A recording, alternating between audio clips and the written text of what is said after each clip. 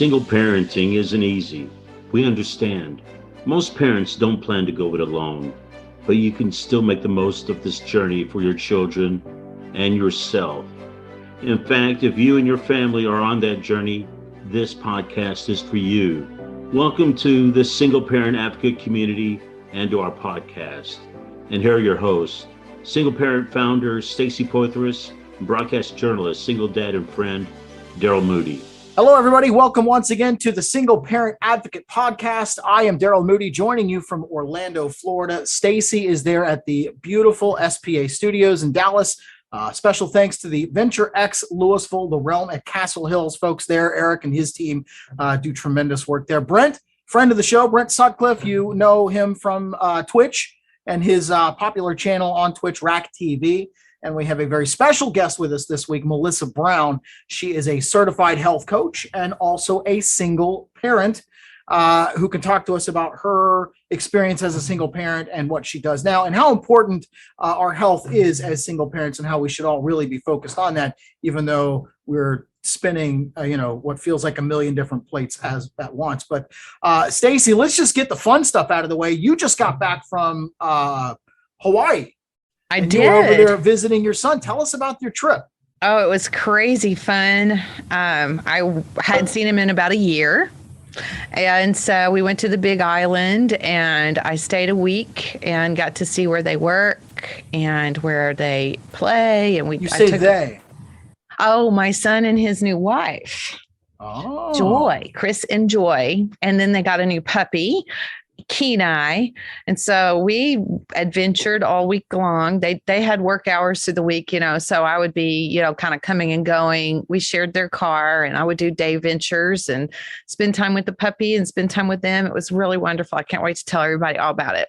I know the pictures on social media were beautiful. You saw some really cool stuff, I can tell. Yeah. I was really geeking out about the gardening. I'm so excited about it being fall because it means we change over the gardens. And so I got to see all kinds of plants and flowers and things like that I, personally enjoy. And also got to see my son, which is, Well, not to glance over your epic vacation, and we'll talk more about that next week because I took a vacation of my own with my kids. Not nearly as cool as going to Hawaii, but so we'll talk about that next week. But bring us up to speed with Single Parent Advocate. What are you have going on right now, and what can our listeners do to help? Okay, so yesterday I got to work with a local community church. They're actually a home church, and they came alongside everybody here in the Dallas-Fort Worth area to deliver Chromebooks that had been donated by Gateway Church, which I was so blessed to be able to work with them to actually deliver these Chromebooks. So we had 4 different spots in the Dallas-Fort Worth area that we met the families at and handed them their Chromebooks and had special words of prayer and words of encouragement to help everybody, bless their kids and themselves with some much needed technology that they couldn't afford themselves. So that's huge. What we're headed into right now is North Texas Giving Day. We are hard pressing to get everybody to make fundraising pages and chat us up on all the social channels, whether that's Facebook, Twitter, Instagram, LinkedIn, even chat us up and get all your friends to donate on North Texas Giving Day, which is September 23rd. But actually, you can schedule your giving now. So NorthTexasGivingDay.org has a profile page for Single Parent Advocate. You go to the profile page and donate. You can volunteer there as well. And we just want you to share, and everybody donate something, because what we're going to be doing with that is we're going to be turning that into clothing for families who have requested clothing this fall as much as possible. And then we're also going to be trying to create a fund to provide fall scholarships for single parents who have requested assistance with their college education. So those are the things we're leaning in on. On the family front, right now, I'm going to be registering families for Thanksgiving in the Dallas-Fort Worth area, where we'll be providing food and holiday hope and help. So families are going to be hearing from us. Volunteers and donors, we're calling you guys to action and jump in. We need you. We want you. And we're honored to be a part of your life. And while we're asking the listeners and the viewers for their help, you have another effort going on where Single Parent Advocate can actually be the recipient of a $15,000 grant. Do I understand that correctly? Yes, and that's tied into North Texas Giving Day. There is a company in North Texas that is basically asking for nominations for people's favorite charities. And what they'll do is they'll choose charities to donate this $15,000 to. And we want families and everyone, viewers, all of you all need to go nominate Single Parent Advocate. And if I am not mistaken, you can nominate more than one charity, and you can nominate your favorite charity more than once. So nominate. And we've got the links on our various social media pages, right? Twitter, Facebook, they're Instagram. all over Facebook and Instagram and LinkedIn. Okay. And always go to singleparentadvocate.org. You can help support Stacy's effort there as well. Brent, bring us up to speed, man. What's going on with you? How's Rack TV? Rack TV is busy. We're just meeting a lot of people. I've actually met a number of single dads by now. I'm building relationships with them. And just hearing their stories about their kids, and they'll be streaming, and then they get their kid will run in the background, and just building relationships. That's what it's all about, and bringing people up to speed and bringing up awareness and helping out as best I can. Got planning another charity for later in the month, and we'll tell you more about that later on. And you're still using Rack TV to raise money for Single Parent Advocate, correct? Mm-hmm. Yeah, there's a donation link right on my page. So hardcore gamers, obviously no Twitch. Mm-hmm. Rack TV, RACC-TV. You can go there and donate to support Stacy's efforts. And play games. I've gone on and I've been watching these games going down. There's some serious gamers there, Brent. There's a whole platform for doing all sorts of things. And there's people from every walk of life doing things on there now, because with the pandemic and people losing their jobs, a whole lot of people started doing things virtual. So there's people even doing cooking streams on there now. They're craft stream. You could find just about anything on there. Exciting stuff. And let's talk to our guest now, Melissa Brown. She is a certified health coach. Her company is My One Healthy Life. She's got a website, hl.com, as in My One Healthy Life.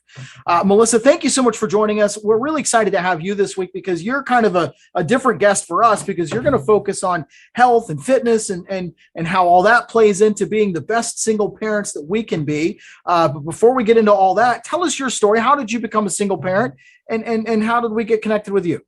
Absolutely. Thank you so much for having me, Stacy and Daryl and Brent. It's a pleasure to meet you. I'm coming from the Destin-Fort Walton Beach area, so I'm also in Florida. So, I became a single parent. I went from high school to the Navy, and everybody kept telling me, if you go into the Navy, you're going to end up getting married right away. And I'm like, no, I wouldn't do that. And I did. Being away from home and being 19 years old. And, it didn't work out. Shocking there, right? But I can tell you that in that, even I ended up having one little one through that marriage. And even in that, being a single parent, there's just such a stigma, at least, especially when I was 19 years old, and it didn't work out in less than, 2 years.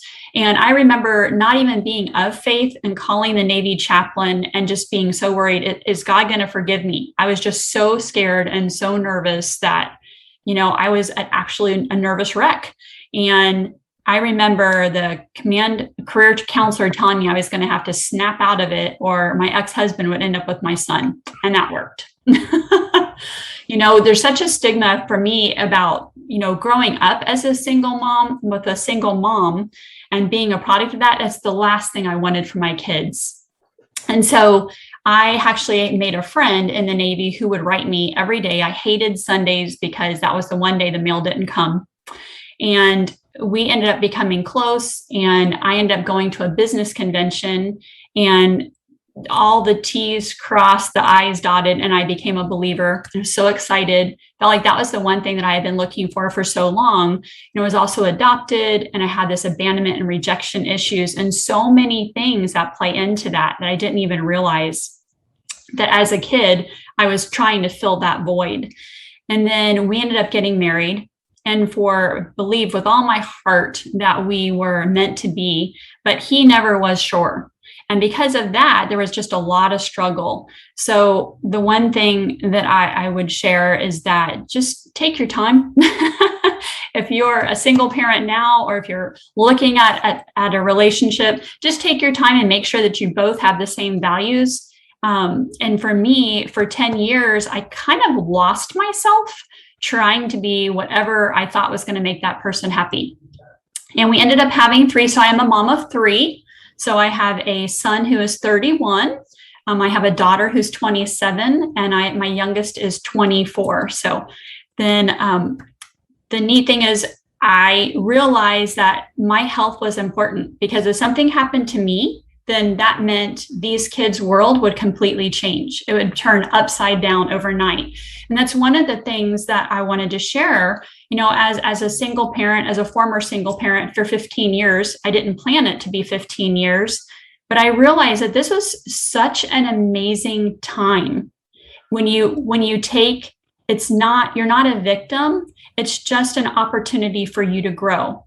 Sometimes you can change that and maybe reconcile. In my case, I couldn't, but I loved this time of my life. Not every day.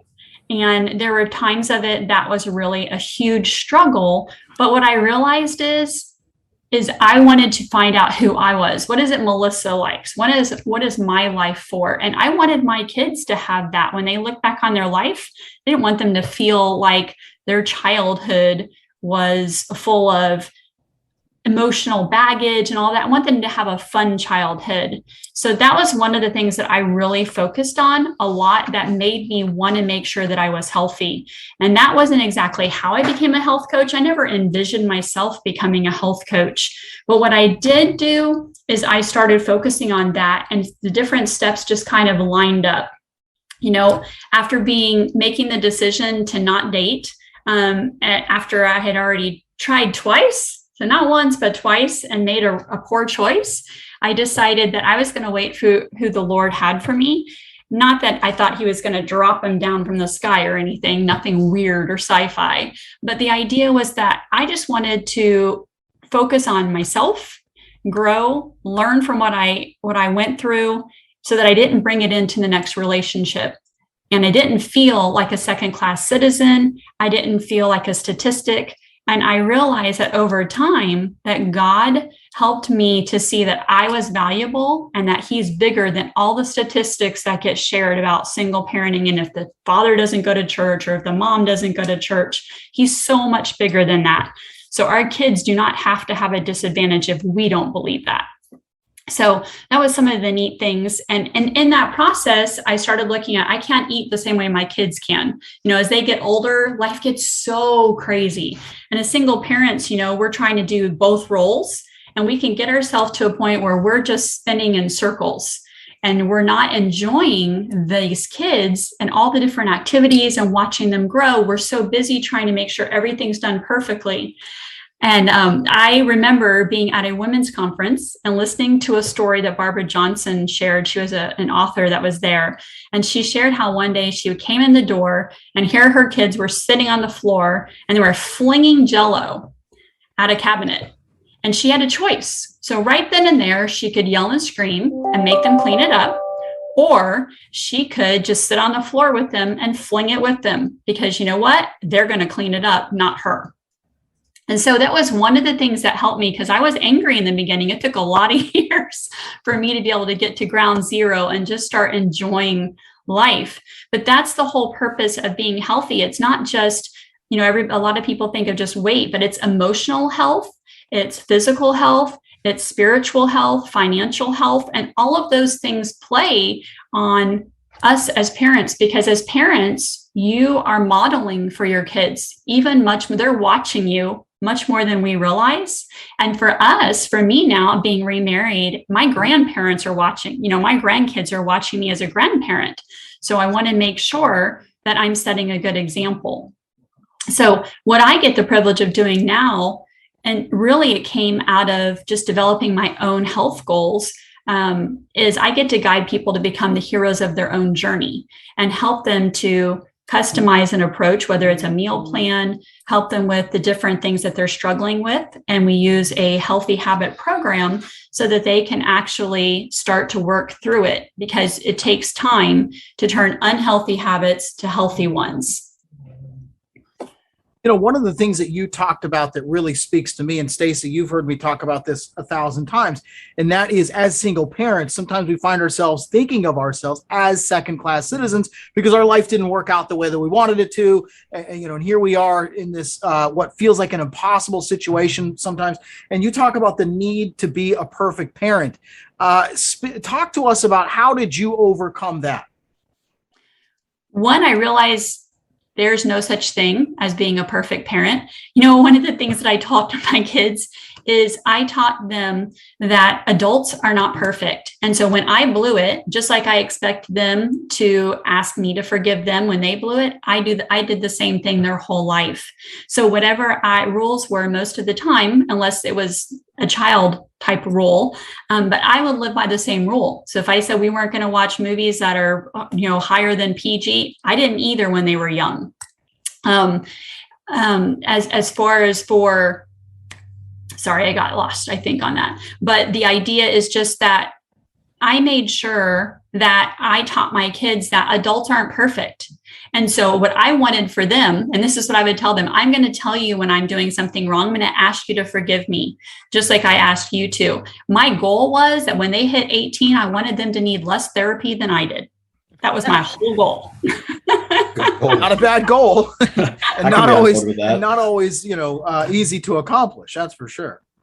No, but one of the things is when, as single parents too, and I think I did this for way too many years, you've got people that are safe for your family to be around and they're asking to come in and help. Please stop saying no. Let them help you. Don't be so, it's my problem. They're my kids. But you know what? It really does. If you have safe people that you can take them for once an hour for a week or once a month, please do it. I wish I would have known something like this single parent advocate. I didn't have things like that. I have my church, and I'm very, very grateful. But I'm just saying that we've got to stop thinking that we have to be everything. There's no way you can physically possibly do that and maintain your mental health. It's just not good for you. We're not Superman. We're not Wonder Woman. Those are TV characters, but we put ourselves in this box that we have to be perfect. And it really does speak into the psyche of our kids, because we kind of then expect them to be when we're expecting so much of ourselves. The other thing is, have fun with them. Oh my gosh, I wish I would have had more fun with these kids when they were little. But the truth of the matter is, this time is they're going to have one childhood. Another thing that I remember another speaker talking about at another convention, every time I could be, I was at my church because it was such a great surrounding for the kids. I couldn't show my kids what a healthy marriage looked like, because it wasn't the gift that I had from the Lord. But other families in my church were able to show that. What does a healthy one look like? And then I was able to show their kids that this is what it looks like to be an adult and to not be married. But I'm not wild. I'm not doing crazy things. The same expectations they had for their kids, their older teenagers, young adults, was the same way I was living my life. So we really can be that example for each other's and be those hands and feet that the Lord talks about. The other thing was, when have fun with them and play games. I used to, when they were little, all the time say, what is the one thing that you think that you could do that I would stop loving you? And they would think really hard and they would say something. I'm like, do you know that I would still love you? Even if that happened, I can't shield you from the consequences, but I will walk with you through them. So it was a way of me kind of constantly stepping into their life saying, there is nothing that you can do or say that's going to keep me from loving you. You know, you had mentioned something earlier about creating a healthy environment in our homes, you know, for ourselves and for our kids. And I was wondering, you know, could you kind of just repeat that for the sake of our listeners and audience, because it was so impactful, what you kind of highlighted for all of us. You know, one of the things that, you know, especially in this season with COVID and just so much isolation and fears that's out there, is having that healthy surrounding, you know, and it's in different levels. So we can start with healthy eating. You know, one of the things is look what's in your pantry. You know, if there's things there that you shouldn't eat, really think about, do the kids need it? You know, is there stuff that's in your refrigerator that you know you shouldn't eat because it would go against your goals? Or if you're a diabetic, you can't have that much sugar, those kind of things. So really kind of think, just because they're littler doesn't mean it's okay for them either. So really look at, go on resources. You're welcome to reach out to us. Happy to help you. Talk about different ways that you can give them snacks that are healthy in their lunches, those kind of things. But then it goes to the other level too of activity. You know, when you're having people in your home and there's usually food involved, and that's great, but it's not all about the food. It's about relationships, building each other up. So making sure that the things that you're doing are setting each other up for success. You know, getting out of the house, going on walks, relieving that stress and finding healthy ways to do it, not through eating, not having rewards. So many people end up, unfortunately, in this cycle of, I get to have this. You know, it could be that cake, or it could be a double helping of this. Instead of choosing rewards that are food-based, choose as activity-based. You know, go take the dog for the walk. And, you know, that particular time, maybe you're not going to get a lot of fitness out of it, but it does get you up and moving, because they say the more you're sitting, it's kind of like the new smoking. It's so unhealthy for us to sit 10, 12, 8 hours a day. We need to get up and move this body. That's how we get to get the toxins out of our body. Drink water. You know, everybody needs, my virtual store is not showing, but, you know, healthy eating, healthy drinking, lots of water. It's very good for us. So there's all kinds of things you can do. And you may not have somebody in your home that's like-minded in that way. It doesn't mean you have to leave your family members, but then reach out to others in your community. Is at work, somebody at work? Is there somebody in your church? Is there somebody at a networking group you belong to? Go out and walk with them, go out and talk with them, get together with them and share recipes. There's just so many ways that you can do that, because your health, especially as a single parent, and I do remember really thinking strongly about until all of these kids are 18 years old, it matters if I don't make it. It changes everything about their world, you know. And right now with COVID, we see that there's so many reports that if you're not at a 25 BMI or less, then your risks for COVID, getting it, and the way it's going to treat your body is so much worse. So just having that healthy weight, that healthy BMI makes a huge difference and impact. And actually, nutrition is 80% of it. Our hereditary, the reason how we're made, our hereditary is only about 20% of our weight. So there's a lot of things that we can do that's going to help us to stay healthy. I've got a question. How did your experience as a single parent change? Because you had your own health journey that's kind of detailed on your website, m1hl.com. How did your life and experience as a single parent change after you addressed your health and made improvements and essentially got healthier? You know, I'm more active, able to keep up with these little kids, you know, because as they get older, they do more impactful things. So the energy and just being able to be more aware, staying up late at night and having conversations with them because they're so busy during that day. So the healthier you are, the more you're available to them emotionally, physically, mentally, financially. And it just all makes a difference. It shows them that it matters for their life as well. Because a lot of college students, if you look at it, the way they eat is terrible. But you know what? They think that that's okay. And so we want to make sure that they are growing up learning how to cook, how to be active, how to have good, healthy relationships. This is not the only way to have relationships, so all of those things matter, and being a former single mom for 15 years, I used to put myself on the back burner all the time because it was like, well, I need to pour into them. But if we aren't the best for us, then we can't have all of our health, our mental capacity to overflow to fill their life. They're going through all of these things, and I can't, my granddaughter, her kindergarten year was homeschooling, was through a video source like this. And that wasn't something they chose. It was just, that's all that there was. So the idea is they're going through things that we never had to go through at that age. And the more we can be the best for ourselves, the more we can be available to them and to help them through it. And the biggest thing for me, is making sure that you affirm these kids and know that they're loved. And a lot of that has to do with us having to get healthy mentally. So being healthy with our mind and how we think. One of the things I was listening to a Joyce Meyer podcast today that just really struck out to me. And it said, forgiveness is not about how you feel. It's about how you treat people. And there's so many lessons that we have to go through. I mean, you look at everything that's happening in the world today. There's so much hatred. There's so much, I don't even know how to say, it's if you don't do the way they think, then you're considered evil or you're not considered a healthy person. But the idea is we all have the right to choose how we live our life. But think of, you only get one. So if I could, one of the things that we do in our workshop, and I would love to do that for you all and tape that someday, and my husband can join us on it, is it's a great way where we walk through 6 macro habits. But I'm going to have everybody right here in the studio go ahead and follow this with me. So I want you to close your eyes. I want you to imagine your future self in 5 years. Picture that person.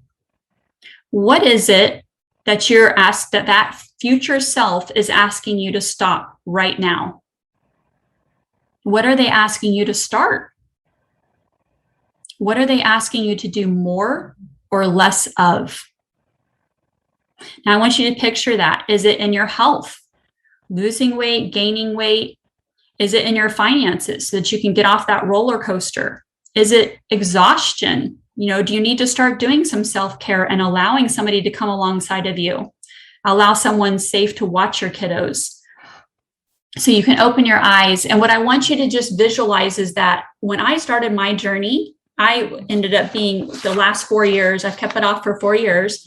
I gained 20 pounds because after 15 years, I got introduced to my husband, and it was actually by both of our moms. So our moms and their assisted living care center played Merry Matchmaker. I didn't sign up for that dating service. I tried to get out of it. But I ended up putting on an extra 20 pounds. So I had 40 pounds to lose and about 5 dress sizes more than I had ever been before in my life. And I didn't care because after 11 months, it was like, oh my gosh, I've been praying for this for 15 years, loving life, enjoying it. And I realized that it was out of control. And I realized I looked in the mirror and I thought to myself, who is this person? And if I don't figure out what to do, then in 5 years, where am I going to be? And so what I realized is that, this door opened up for me to find this nutritional plan and a healthy habit installation program so that you can keep it off for life.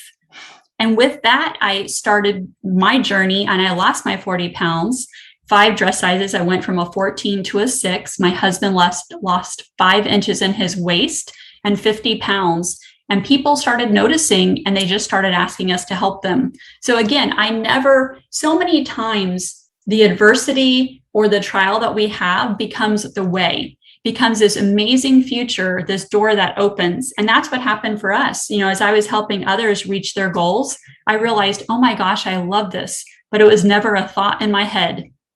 But there's so much, it paralleled so much with my mission of loving singles.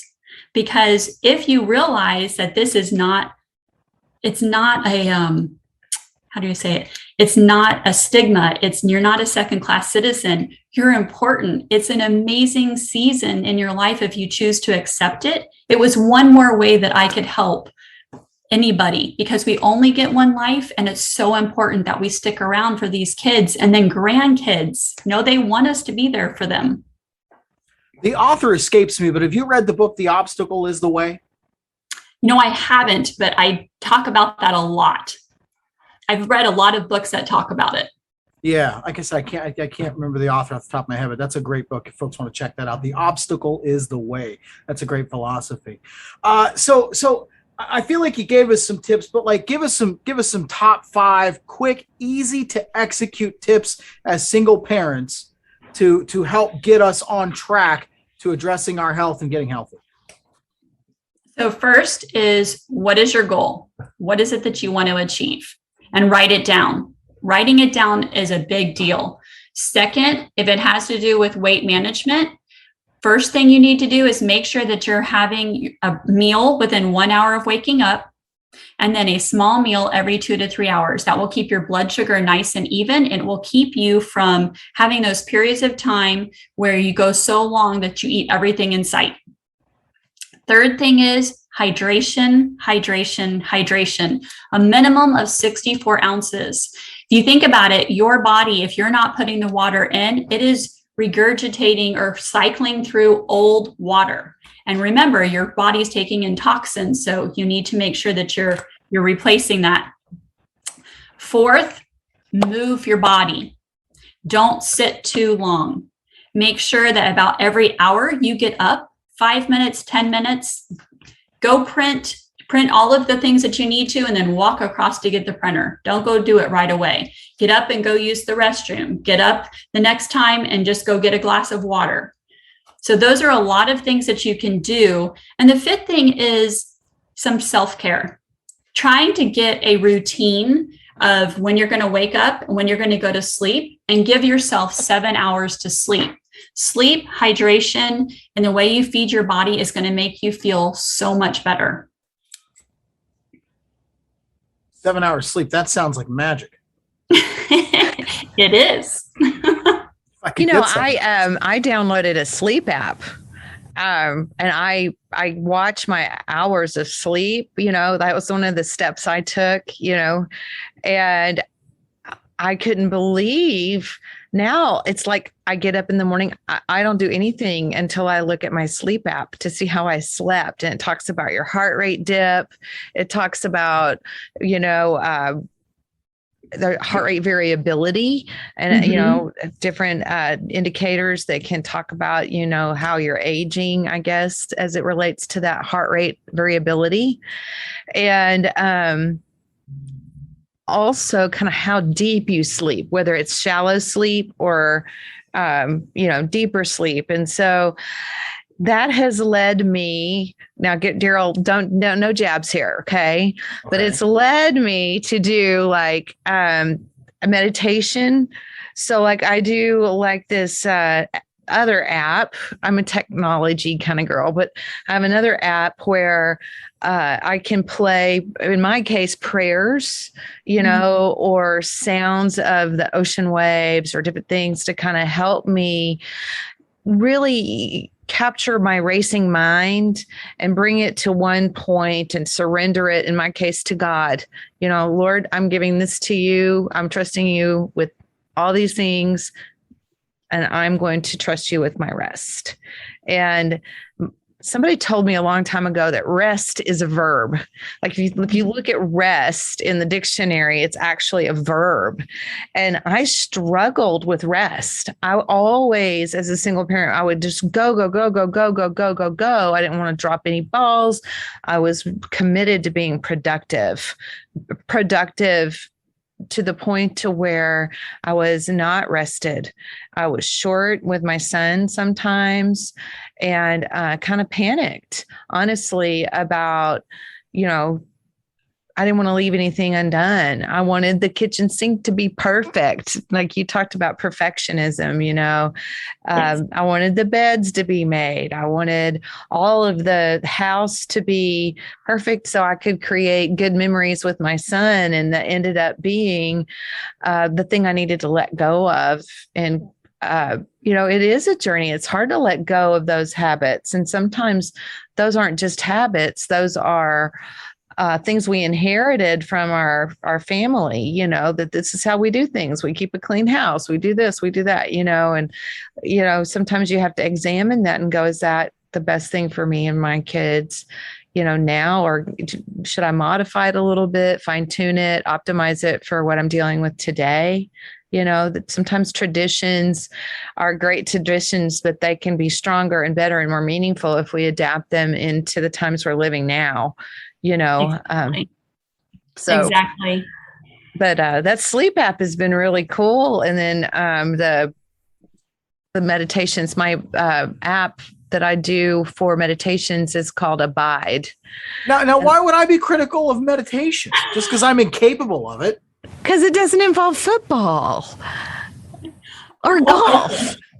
You can still achieve Zen without playing Without golf or golf and watching football? Sure. Go to the beach, whatever your happy place is. I just had to get a jab in. and of course, we lost Brent, but he was kind enough to put a Florida Gators banner up just for me. I appreciate that. Hopefully, Brent will be able to rejoin us. Yeah, absolutely. Yeah, no, I was just thinking about that, creating a healthy environment, who do you allow near you and whose thoughts do you let sink into your skin and to the way you see the world, and the idea of Jell-O being thrown against the kitchen cabinets and sitting in the floor and doing it with my son absolutely made me cringe. I was, but I might put it in his hair, play a different, but I want to go back to what Melissa said about allowing people to help you.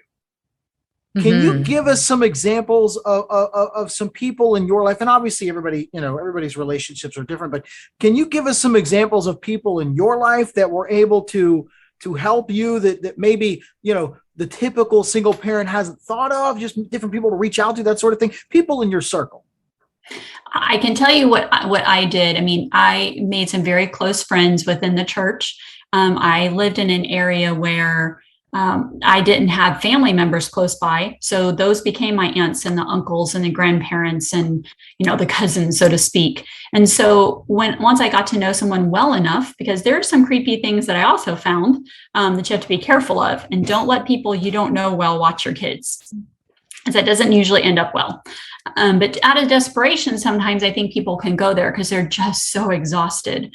But I would have my best friend. She kept them occasionally so that I could maybe go to a movie or get my nails done or go get a massage. Those are just like huge rewards, and I even had to look at letting go of, my co-parent, even though there was some things happening on that side of the relationship that I didn't think was best for my kids.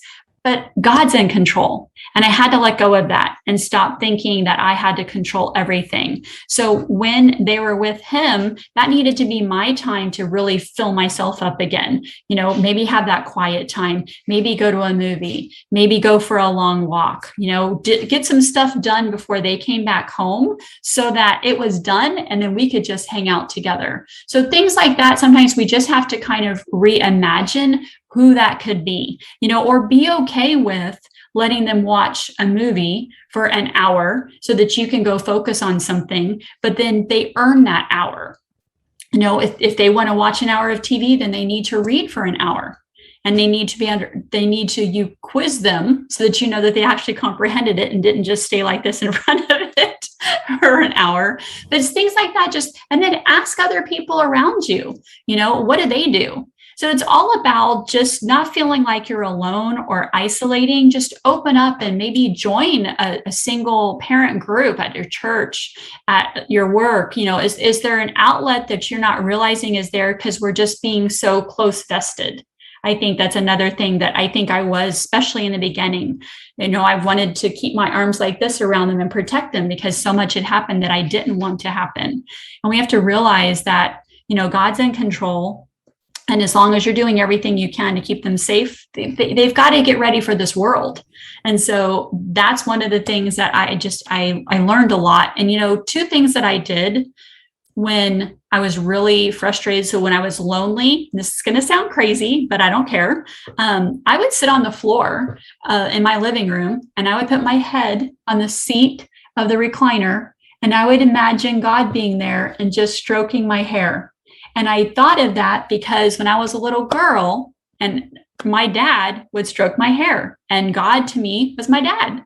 And so it was things like that I was like, okay, I matter. God is here with me. I may not have a physical human being as a life partner or somebody to spend time with or go to the movie with, but I'm still valuable.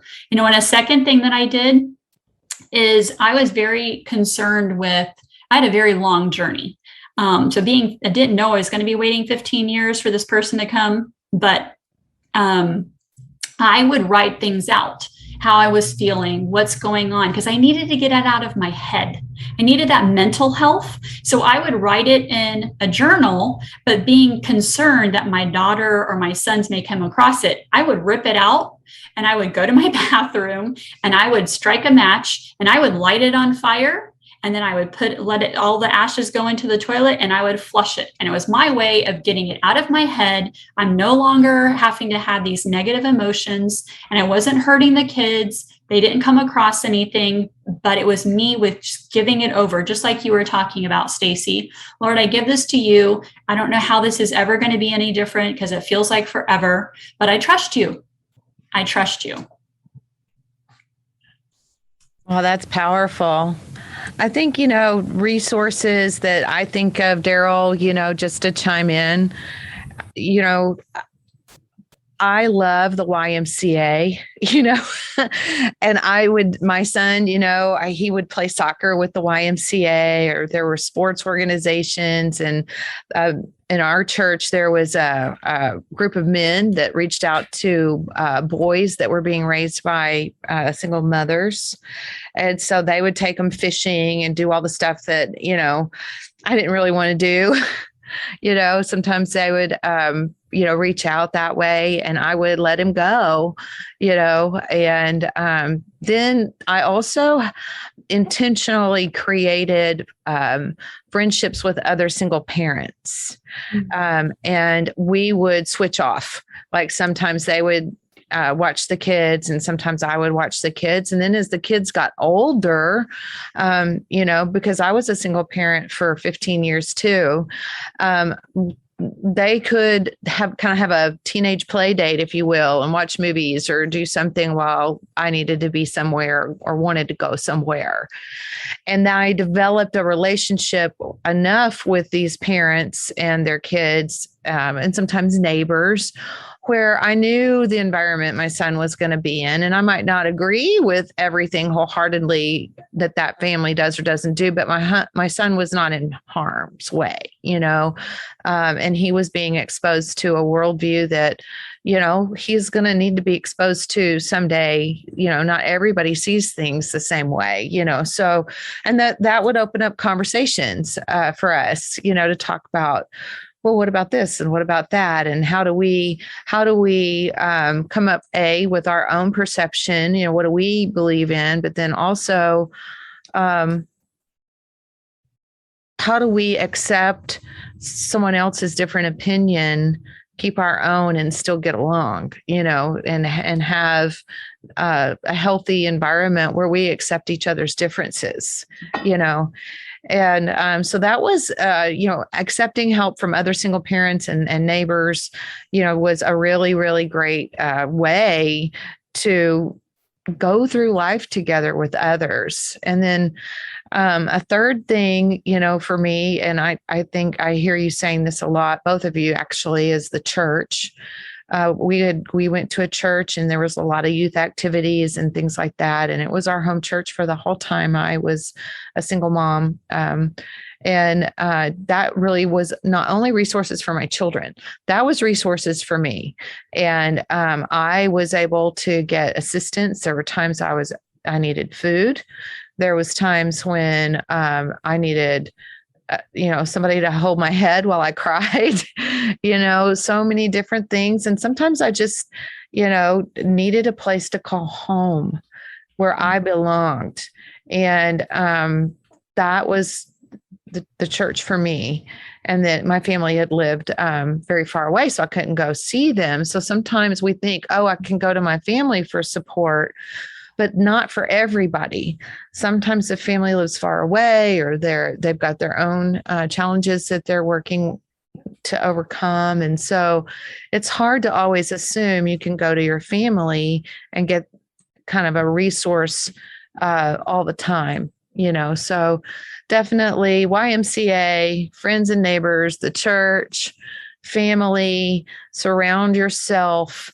I always say this, surround yourself with people who are your biggest fans, who are your friends. They're friendly, they're kind, they're warm, they build you up, they, fill your gas tank with healthy choices and good things for your mind, for your body, for your soul, for your spirit. All four of those things matter for your kids, but they also matter for you as a parent and even as a grandparent, it's super important. And those are the big rocks we have to fill up in our lives so that can have a good life and enjoy it and build a bucket full of great memories with our kids. It's the old adage, it takes a village. Right. Oh, that's true. Yeah. Well, and we can create a village. And sometimes it requires us to be brave, requires us to be a little more adventurous, a little humble, being willing to let others help. Very good point. Yeah. And I was talking with somebody about building a community and what is it like when a family that, head of a household, a single parent allows single parent advocate or us into their lives, whether it's through the podcast or, in Texas locally, hopefully we'll be in Florida soon. And, but, I guess we are in Florida, but we don't have our hands-on team there yet. And so, but, like what would happen if, I just assumed that somebody needed help and hey, I think you need this. I mean, you have to kind of come upon this realization that, I want help. I want to let somebody in. I want to learn something new. I want, to be a part of a community, and I may have to listen to some new ideas, or I may have to break out of being shy or perfect. We don't have to have our walls up, all the time. We can choose to be a part of a new community and be a part of a new equation and go that direction with our kids. And health is so for so much more involved than just our bodies. It's childhood obesity is the number one on the rise. And it just makes me cry because 2-year-olds don't know how to become obese. We're responsible to nourish them mentally, physically, emotionally. And the idea is we have to learn how to fuel our bodies properly so that we can teach them as well. And that getting active, it doesn't mean you have to have huge amounts of formal exercise, but something, walking, I'm so sad of so many people that have lost their lives and all the tragic that has happened in COVID. But I can tell you the one thing that I loved watching families walking down the street together, riding their bikes together, spending times together. It reminded me of the older days, when that was more of the focus and the priority. And so It's just, I think it's one way. I always look at tragedy when it happens, and it's just a reminder of what's truly important. It's not the financial, it's not the huge goals that we have. It's building the relationships, being healthy so that we can enjoy each other. That's such a great point. I remember, we talk a lot about how I like to take bike rides with my kids. And that's one of the first things I noticed during the lockdowns was we went out in the afternoon. I was like, wow, I've never seen so many people out in my neighborhood. And everybody was so happy to see everybody else because, it was the limited human interaction that we all got. But, if there was a good thing, a good positive result of the pandemic, it's that it did force families to reconnect, and it did get us out in our own communities, meeting our neighbors. And walking around, moving our bods. And now look at the workforce. How many people now get to work from home, or it's more of an issue? It's kind of forcing the issue. People get to choose as many workforces can. Let them choose what's best for them and their family. As long as they're getting their work done, why does it matter? Well, depending on your profession, there are some professions that really do, you can choose to go into the office or have a hybrid type of a, in office and some at home. And then there's some folks that are still 100% at home. So, whatever it takes to incorporate health into that, mental, spiritual, physical, health, whether you need a mental break, a physical, lap around the building or lap around the block, right. For sure. But, so I guess in wrapping up, I would love you to just, tell us all one more time, what are your 5 key takeaways? What can people take home with them? How can they get in touch with you? And of course, we'd love to have you back. Oh, we'd love it. So the number one thing that you can do is you want to make sure that you're fueling your body properly. So limit sugar, eat within the first hour of waking up, drink 64 ounces of water, mainly, or basically the idea is half of your body weight. You're not going to have a little one drinking 64 ounces of water if they are 64 ounces. But just making sure that you space your meals every 2 to 3 hours so that you don't get so hungry that you eat everything in sight. When you have gatherings, focus on the people, not the food. Make sure that you're moving your body. If you are in a sitting position a lot, set timers on your phone. Get up every 50 minutes. Take 5 minutes and go walk. Go, instead of sending an email, go walk to a coworker or to a family member and talk to them instead. So the idea is just be there for each other. Make sure you're looking in your pantry. Help kiddos to learn how to eat better, not to eat because they're emotional or things are happening. Talk to your kids. The biggest thing you can do is just talk with them so they know what's going on, that you're there for them no matter what. My website is m1hl.com. My phone number is there, but I'll give it to you right here on this. My cell phone number is 214-907-0492. We are happy to come alongside of you and give you some ideas. We just want to see everybody get healthy and stay that way. Because all you can do, you can't help what hereditary does and accidents, but we want to give our body a fighting chance no matter what comes down the line. And the way you do that is you get healthy, both mentally, physically, financially, spiritually. And so all of those things are things that your kids, your grandkids, your family, and your friends are watching. So if you can inspire others to get healthy, we only get one life. So let's do it right.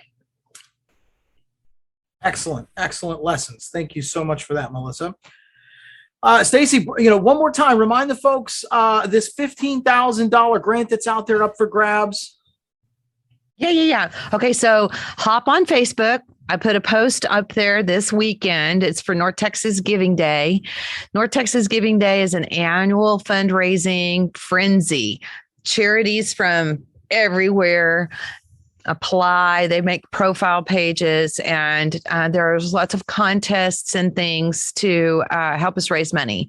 So in this particular situation, I would love our community to nominate Single Parent Advocate for a $16,000 competition prize that's out there for us. It doesn't cost anything for the nomination.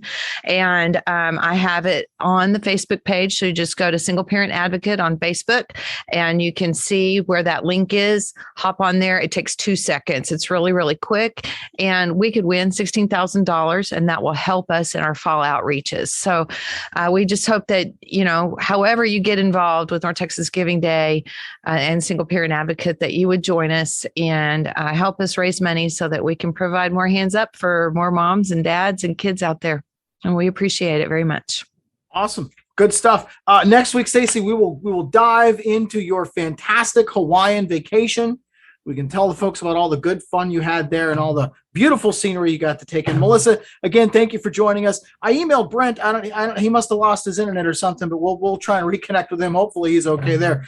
But then again, visit his Rack TV, his channel on Twitch, and singleparentadvocate.org, m1hl.com. Thank you folks again for listening, and we will see you all next time. Stay healthy.